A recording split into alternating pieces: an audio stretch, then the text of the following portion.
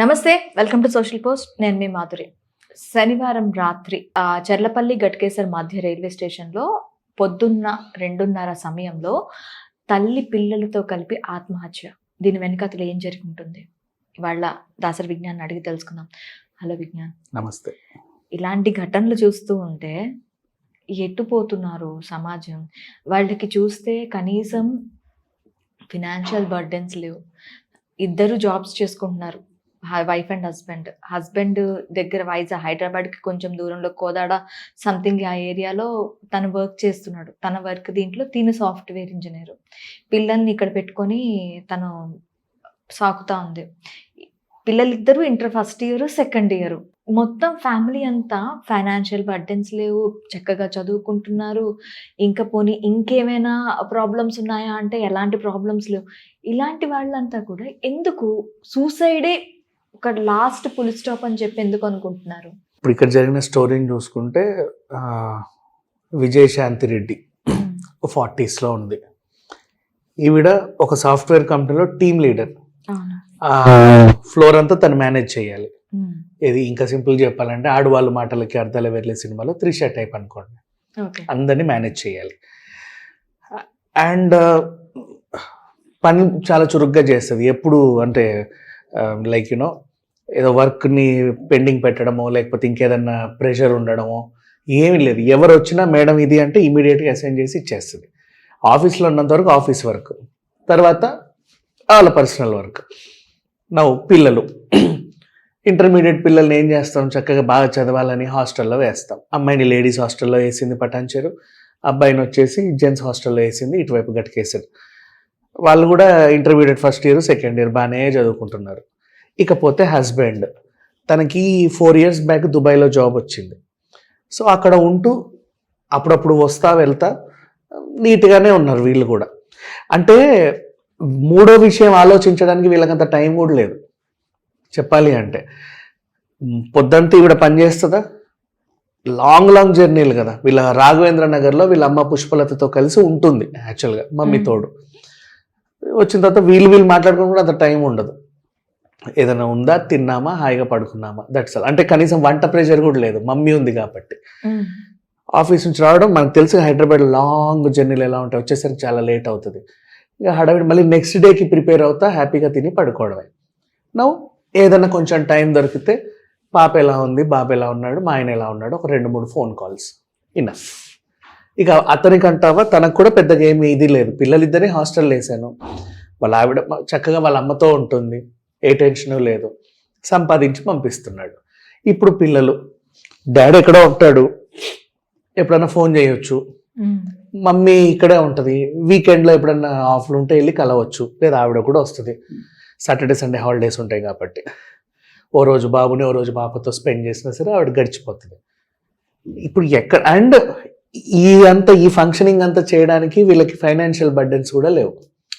ఈవిడకి చక్కగా ఒక మంచి కారు ఉంది, తనే డ్రైవ్ చేసుకుంటుంది, హ్యాపీగా వెళ్తుంది, బాబుని చూస్తుంది, పాపని చూస్తుంది, వాళ్ళకి ఎంతో పాకెట్ మనీ ఇస్తుంది. వాళ్ళు కూడా దే ఆర్ వెరీ హ్యాపీ. వాళ్ళకి ఏం బర్డెన్స్ లేవు, విచిత్రమైన కోరికలు ఆశలు కూడా లేవు, అది కావాలి ఇది కావాలి అని. సైలెంట్గా చదువుకున్న డీసెంట్ పిల్లలు, ఇద్దరు డీసెంట్ ఫ్యామిలీ. ఇది మనం బయట నుంచి చూస్తే వాళ్ళ ఫేసెస్ కానీ వాళ్ళ ఫొటోస్ మనకి సోషల్ మీడియాలో దొరుకుతున్న ఫొటోస్ చూస్తే అసలు ఏంటి వీళ్ళెందుకు అనే క్వశ్చన్. ఒక హ్యాపీ ఫ్యామిలీ లీడ్ చేస్తున్న వాళ్ళు ఎందుకు సూసైడ్ చేసుకోవాల్సి వచ్చింది? ఎవడో దొంగో ఎవడో బద్మాషగాడో వచ్చి బంగారం కోసమో వీళ్ళని చంపారా అంటే ఏమన్నా అనుకోవచ్చు, నథింగ్. ఇక వీళ్ళ అమ్మ హ్యాపీగా ఇంట్లో కూర్చొని రోజు 4-5 రకాల వంటలు చేసుకుంటూ కాలం గడుపుతూ, కూతురు రాగానే అవన్నీ పెట్టేసి హ్యాపీగా మాట్లాడి అంతా ఓకేనా అమ్మ, అసలు అడగడానికి ఏం లేదు. వారానికి ఒకసారి మాట్లాడుతుంది, కూతురు బాగుందా, కొడుకు బాగున్నాడా, బాగా చదువుతున్నారా, అంతే.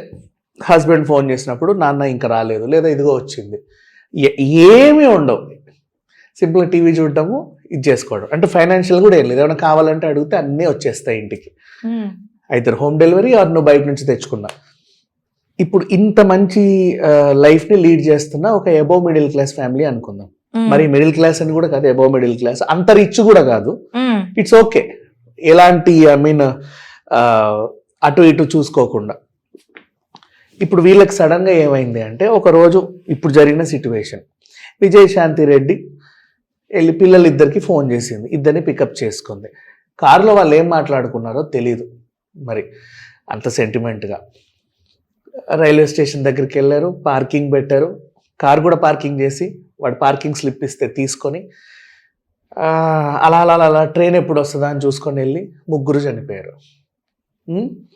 ఆ పార్కింగ్ స్లిప్ మీద మా చావుకి ఎవరు బాధ్యులు కాదు, మేమే ఇష్టపూర్వకంగానే చనిపోతున్నామని రాసుకొని పార్కింగ్ స్లిప్, అదే సూసైడ్ నోట్ ఆ పార్కింగ్ స్లిప్. మరి ఏం జరిగింది వీళ్ళ మధ్యలో?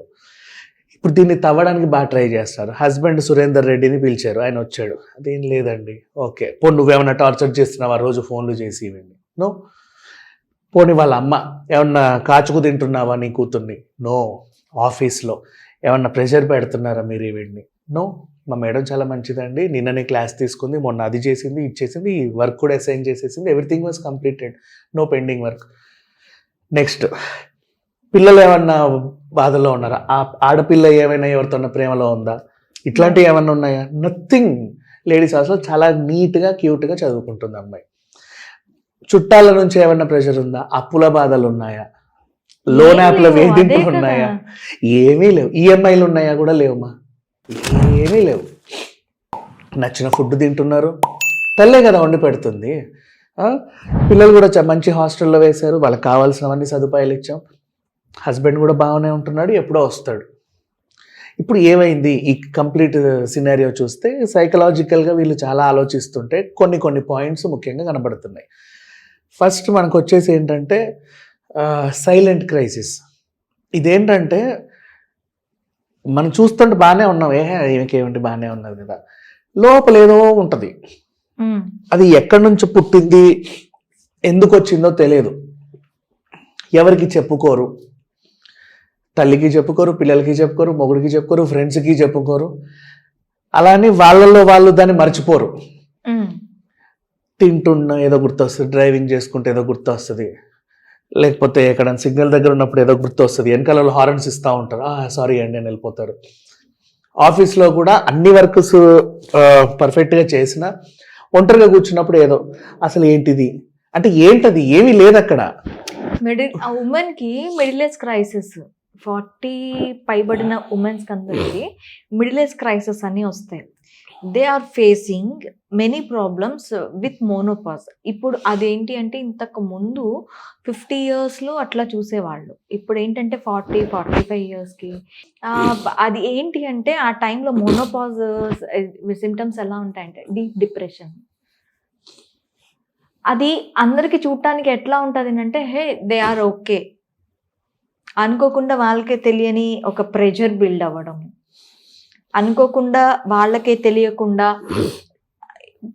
చుట్టుపక్కల ఉన్న వాళ్ళు నా గురించి సంథింగ్ ఏదో అనుకుంటున్నారు అనుకోవటము, మతి మరుపు, ఇలాంటివన్నీ వెంటాడుతూ ఉంటాయి విజ్ఞాన్. ఇదేమైనా కారణం కావచ్చు అంటారా?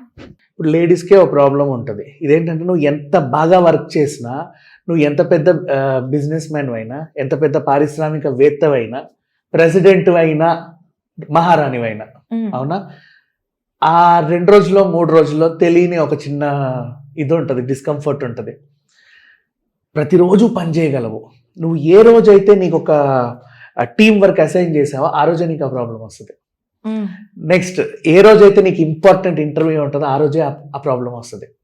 ఏ రోజైతే నువ్వు బహిరంగ సభ పెట్టి మొత్తం అసలు ఇక తెల్లారితే ఎలక్షన్లో ఈ రాత్రి నేను ఇరగదీయాలనుకుంటావో ఆ రోజే నీకు ఆ ప్రాబ్లం వస్తుంది.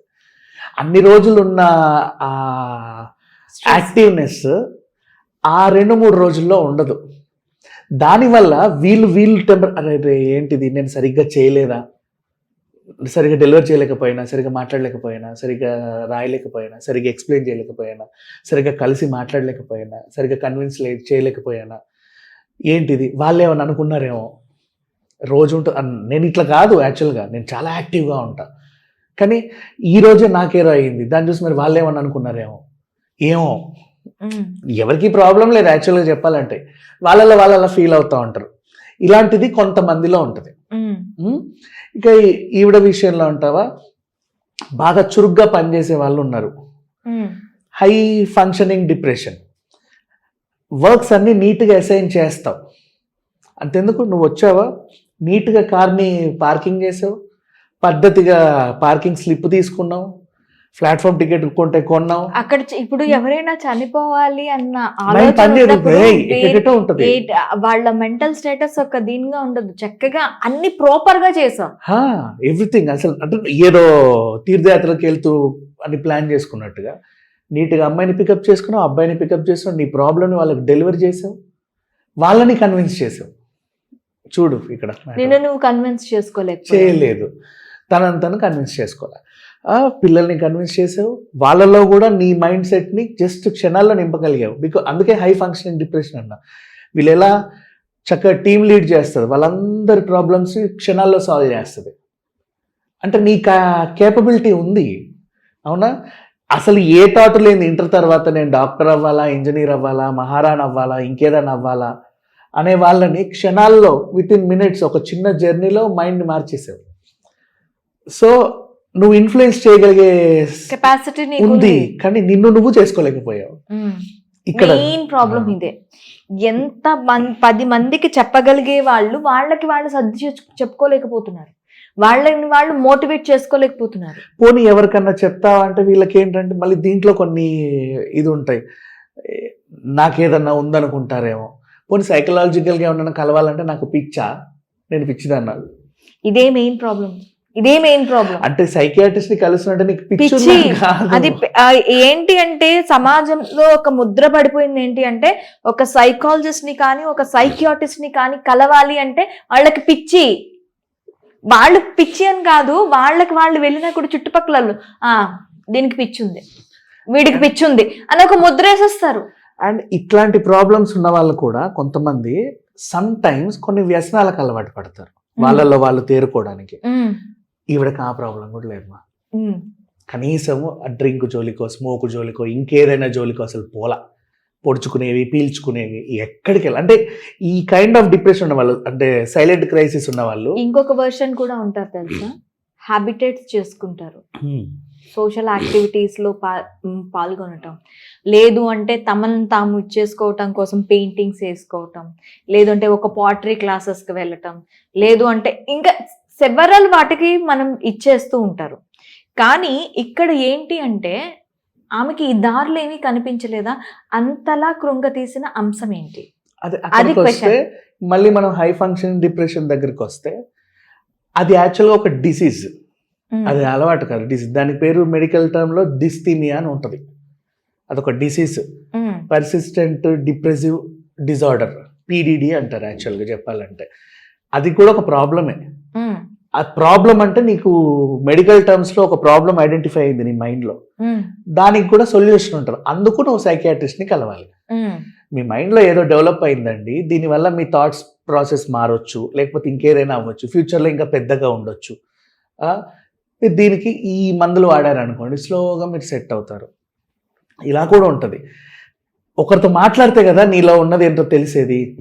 తల్లికి చెప్పుకో, నీ దగ్గర ఎవరున్నారు, నీ అనుకున్న వాళ్ళే ఉన్నారు. ఫోన్లో నీ హస్బెండ్ ఉన్నాడు, అక్కడ పక్కనే పిల్లలు ఉన్నారు, ఇంట్లో తల్లి ఉంది. హ్యాపీగా చెప్పాలి అంటే నువ్వు మనస్ఫూర్తిగా అన్నీ చెప్పుకోవచ్చు. కాకపోతే వీళ్ళు చెప్పరు. వచ్చామా, చెప్పులు అక్కడ ఇడిచామా, గబగబా ఫ్రెష్ అయ్యామా, ఏదో వండింది తిన్నామా, తర్వాత అంతే. వాళ్ళు వాళ్ళ పనిలో ఉంటారు, వీళ్ళు వీళ్ళ పనిలో ఉంటారు. మళ్ళీ నెక్స్ట్ డే రొటీన్. వీకెండ్ వస్తున్నా కూడా పాపం తల్లితో ఈవిడ స్పెండ్ చేసేది కదా, ఎందుకంటే మైండ్లో పిల్లలు ఉంటారు కదా. ఒకడు అక్కడ ఉన్నాడు, ఇంకొక పిల్ల ఇక్కడ ఉంది. ఓ రోజు సాటర్డే ఇటు వెళ్ళామా, సండే ఇటు వచ్చామా, మళ్ళీ ఈవినింగ్ రెగ్యులర్ రొటీన్, మళ్ళీ మండే టు సాటర్డే, ఫ్రైడే అదే పని. సో ఎవరికి చెప్పుకోలేకపోయింది.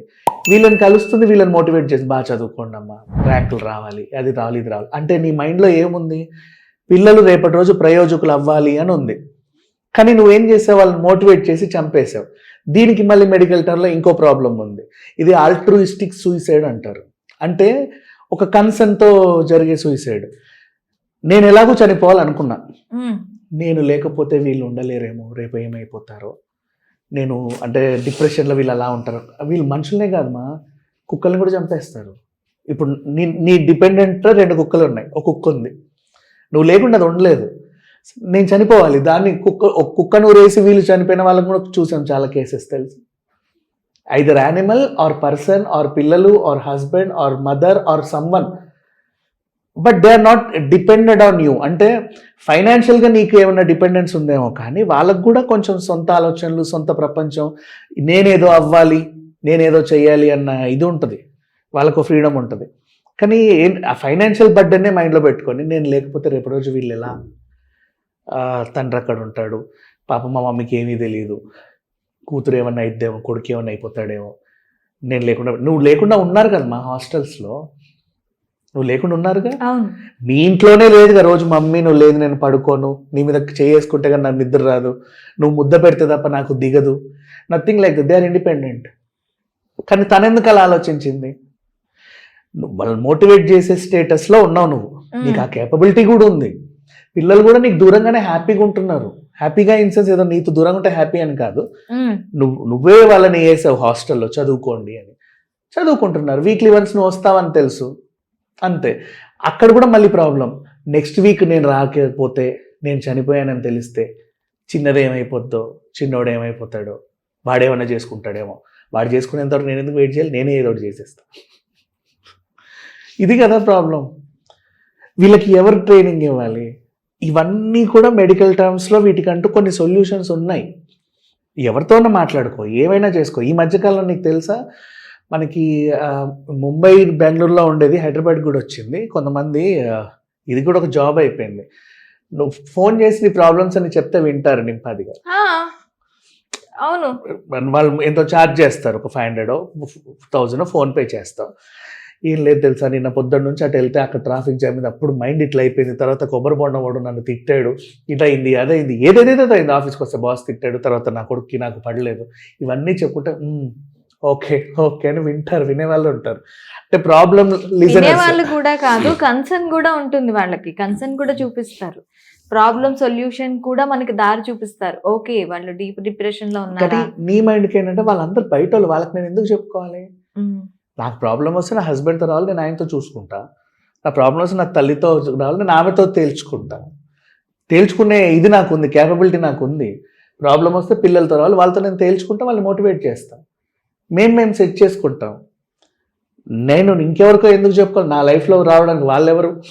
వాళ్ళకేం హక్కు ఉంది నా ప్రాబ్లంలో ఇంటర్ఫియర్ అవ్వడానికి? మళ్ళీ ఇదొక ఇండిపెండెంట్ థాట్స్.